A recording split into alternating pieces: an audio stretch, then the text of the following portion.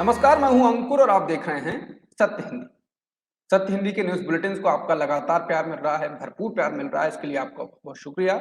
और इसी के साथ अगर आप सत्य हिंदी के ऐप को भी डाउनलोड कर लेंगे तो आपको सत्य हिंदी के सारे कार्यक्रम, सारी खबरें एक जगह पर मिल जाएंगी और आपको ज़्यादा इधर से उधर जाने की ज़रूरत नहीं पड़ेगी। तो अब देख लेते हैं अब तक की खबर।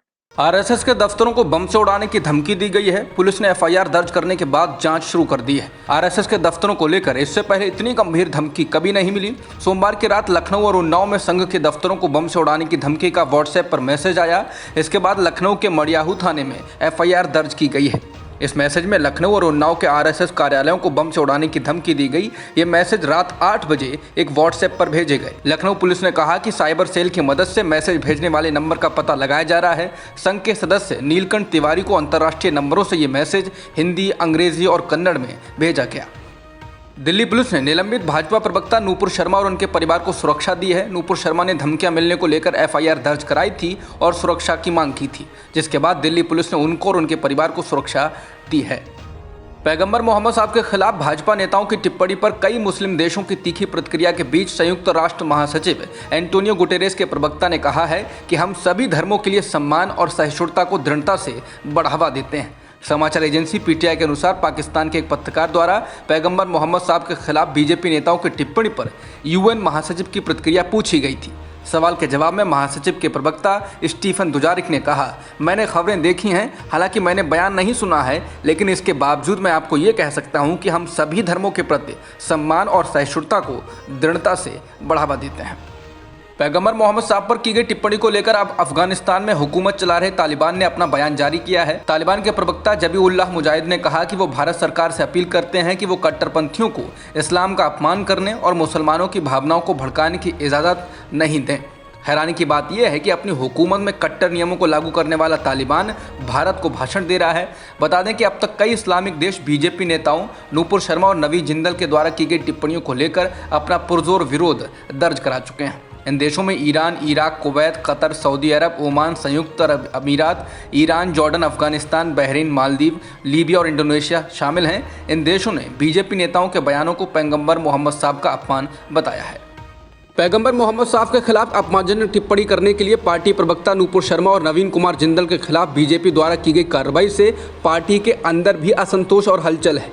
इंडियन एक्सप्रेस के मुताबिक दिल्ली बीजेपी के वरिष्ठ नेताओं का कहना है कि अधिकांश नेता सोशल मीडिया पर समर्थन दिखाने से बच रहे हैं, वहीं कुछ ने आंतरिक व्हाट्सएप ग्रुप और व्यक्तिगत बातचीत में असंतोष जाहिर किया है। हालांकि भाजपा नेता कपिल मिश्रा ने अपने विचारों को सार्वजनिक करते हुए ट्वीट करते हुए कहा कि वो देश इस्लामिक देश हैं। मुसलमानों के हक की बात करते हुए खुलेआम धर्म के नाम पर आर्थिक बहिष्कार, नौकरी से निकाले जाने की बात कर रहे हैं। हिंदू उस दुनिया में दोयम दर्जे का नागरिक है। केवल हिंदू धर्म ही ऐसा है जिसका उपहास करने या गाली देने की कोई सजा नहीं है, बल्कि इनाम दिया जाता है। वहीं दिल्ली के झरोदा इलाके के मंडल अध्यक्ष परवीन चौधरी ने फेसबुक पर बीजेपी द्वारा की गई कार्रवाई से असंतोष जताया और कहा कि मैं सभी धर्मों का सम्मान करता हूं, लेकिन अगर एक धर्म के लोग हमारे भगवान के बारे में बात करते हैं तो ठीक है, जबकि अगर हम अपना मुंह खोलते हैं तो पार्टी हमें सजा देती है। अगर आप अपने कार्यकर्ताओं के साथ खड़े नहीं हो सकते हैं तो उनका भी इस्तेमाल बंद कर दें। पार्टी ने करोड़ों कार्यकर्ताओं का भरोसा तोड़ा है। उन्होंने कहा कि अगर आप नूपुर शर्मा के साथ नहीं होंगे तो कार्यकर्ता आपके लिए क्यों लड़ेंगे।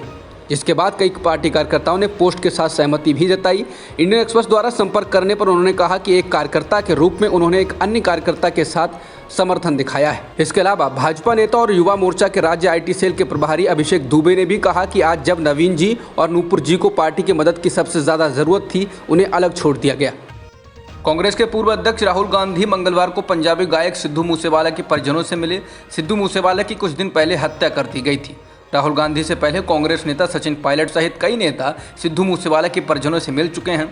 सिद्धू मूसेवाला ने कांग्रेस के टिकट पर मनसा सीट से चुनाव लड़ा था, लेकिन वो हार गए थे। पार्टी उन्हें संगरूर के उपचुनाव में उम्मीदवार बनाने के बारे में भी सोच रही थी।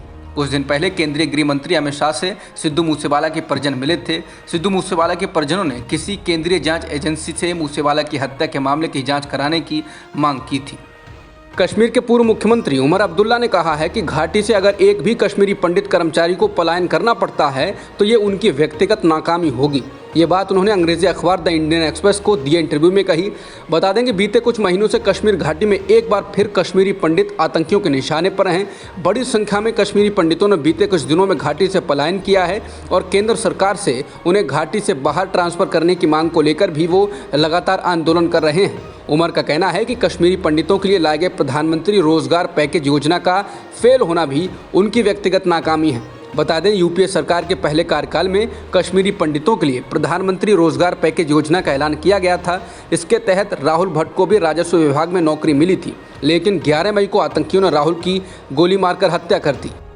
पूर्व मुख्यमंत्री उमर अब्दुल्ला ने कहा कि यह दावा किया गया था कि आतंक, हिंसा और अलगाववाद के लिए अनुच्छेद 370 मुख्य वजह है और जम्मू कश्मीर में हालात को सामान्य बनाने के लिए इसे हटाया जाना जरूरी है।